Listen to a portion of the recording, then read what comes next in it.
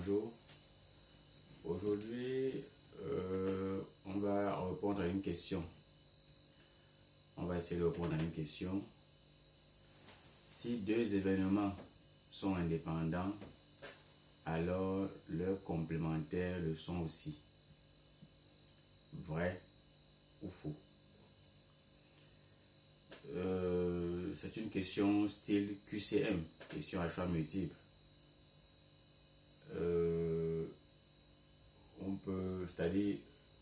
On peut dire vrai, on peut dire faux, mais ce qui est plus essentiel, c'est la démonstration, la technique de vérification. Ok? Et il serait judicieux de vérifier si cette assertion ou alors cette proposition est, du moins il faut le faire mathématiquement. Il est judicieux de le vérifier mathématiquement avant de répondre par vrai ou par faux. Alors, si on a deux événements A et B dans un univers, automatiquement ça veut dire qu'au départ on travaille avec oméga Fp. Ok, l'espace probabilisé. Si on a deux événements A et B, ils sont dits indépendants. En probabilité, ça veut dire simplement que probabilité de A inter B est égale à la probabilité de A pour la probabilité de B. Donc c'est ça. Deux événements indépendants, ça veut simplement dire que la probabilité de l'intersection, c'est égal au produit de la probabilité. Alors la question c'est la suivante. Est-ce que la probabilité de A bar inter B bar va être égale à la probabilité de A bar fois la probabilité de B bar? Ici, on note en fait A bar ou alors B bar, les complémentaires des ensembles A et B. Le complémentaire, ça veut dire quoi? Ça veut simplement dire que nous sommes dans l'univers, ok? Nous sommes dans l'univers oméga. Nous sommes dans l'univers oméga. On a un ensemble A à l'intérieur, ça ici, ensemble A. Tout ce qui n'est pas dans A, c'est complémentaire de A. C'est-à-dire toute cette partie-ci, c'est complémentaire de A. Ok? Toute cette partie-ci, c'est complémentaire de A. De telle sorte que la réunion de A par son complémentaire donne entièrement oméga. Et lorsqu'on fait la réunion entre A et complémentaire de A, ça donne en fait tout oméga. Ok? C'est une relation ensembliste. Donc, le complémentaire d'un ensemble, c'est simplement l'ensemble des points de l'univers qui ne sont pas dans cet ensemble en question. Alors, c'est la question. La question, c'est est-ce que P de A bar inter B bar donne P de A bar fois P de B bar lorsque ceci est vérifié? Ça veut dire que ceci est vrai, mais est-ce que ceci aussi est vrai? On va développer.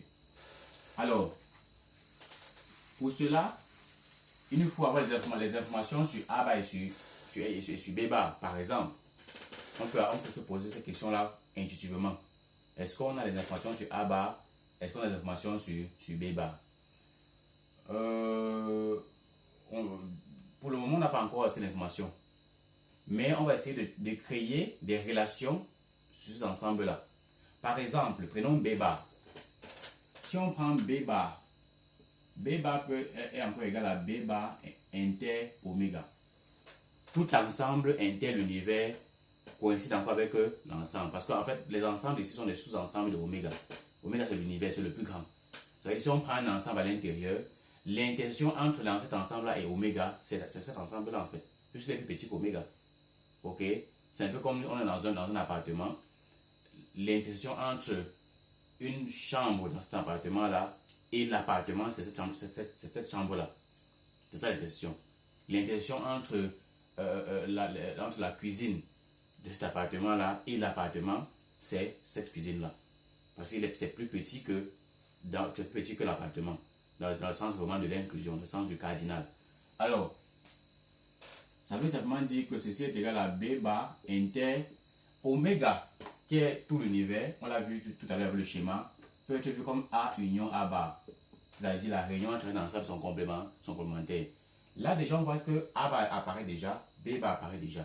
Ça veut dire qu'on peut distribuer l'intersection par rapport à la réunion. Il y aura B bar inter A, ok, union B bar inter A bar. C'est un peu comme avec la multiplication, n'est-ce pas? C'est un peu comme si on faisait X facteur de Z plus T. On distribue. Donc, ça veut simplement dire que ceci peut encore être vu comme B bar, tout ça. Mais c'est la réunion de deux nouveaux ensembles. Ça veut dire qu'on peut appeler la probabilité de ceci, qui sera la probabilité de cette réunion-ci. Or, on sait en probabilité que, en termes de probabilité que la probabilité, par exemple, de C union D, c'est probabilité de C plus probabilité de D, moins probabilité d'intersection entre C et D. Donc, ça veut dire que la probabilité de B, que voici, sera égale à quoi? Puisque ça est égal à ça, probabilité de ça sera égale à probabilité de ceci. Mais probabilité de ceci, c'est quoi? C'est probabilité de ça, plus probabilité de ça, moins probabilité de ça, inter ça. Ok? Puisqu'on est dans le cas de la réunion de deux ensembles. Ça, c'est deux ensembles. Ça fait probabilité de B bar inter A, plus probabilité de B bar inter A bar, moins probabilité de l'intersection. C'est-à-dire de B bar inter A, ok? Inter B bar inter A bar. Comme ceci. Mais ce qu'il faut savoir, c'est que ici, ça commence déjà à ressembler à quelque chose. B bar inter A, inter B bar inter A. C'est l'intersection. On peut faire une permutation.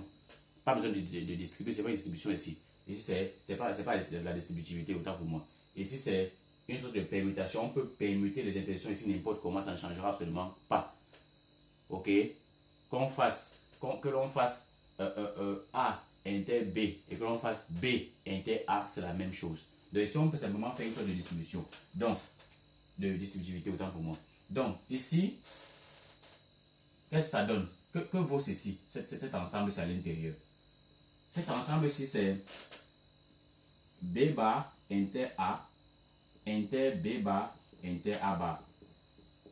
On peut mettre B bar à côté de B bar et A à côté de A bar. Ça fait B bar inter B bar, inter A bar. B bar inter B bar, c'est toujours B bar. Moi, inter moi, c'est toujours moi. Ne change pas. Inter A bar. A bar, c'est le complémentaire de A. Où est-ce que A et son complémentaire se rencontrent? Nulle part. Ok? Où est-ce que A et son complémentaire se rencontrent? Nulle part. Parce qu'en réalité, A bar, ce sont les choses qui ne sont pas dans A. Alors, l'intersection entre les choses qui sont dans A et les choses qui ne sont pas dans A, il n'y en a pas. C'est rien du tout. Donc, c'est l'ensemble vide.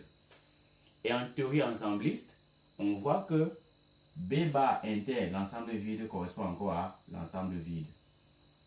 Donc, tout ensemble inter, l'ensemble vide, c'est l'ensemble vide. Ok? Tout ensemble inter, l'ensemble vide, c'est l'ensemble vide. Alors que tout ensemble, union, l'ensemble vide, c'est cet ensemble. Donc, ça veut dire que tout ceci, c'est l'ensemble vide. Or, P de l'ensemble vide, ça nous rappelle l'axiome de Kolmogorov. Kolmogorov dit que P de l'ensemble vide est égal à 0. Donc, ça veut dire que P de ceci, qui est P de l'ensemble vide, c'est 0.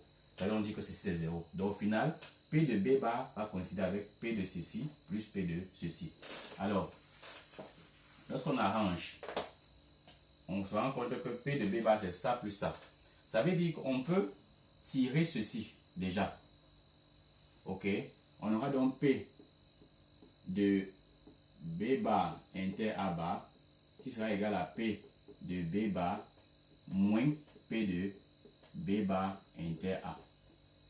Nous sommes d'accord? Parce que si ça, c'est ça plus ça, ça veut dire que ceci, c'est ça moins ça.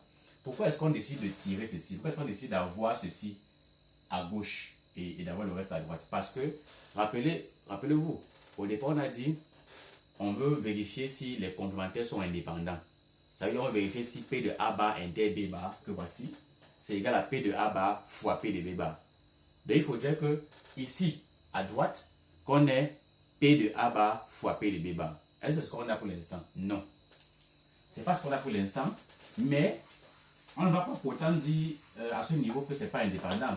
Parce qu'on n'a pas les informations sur P de B bar inter A. On n'a pas encore les informations dessus.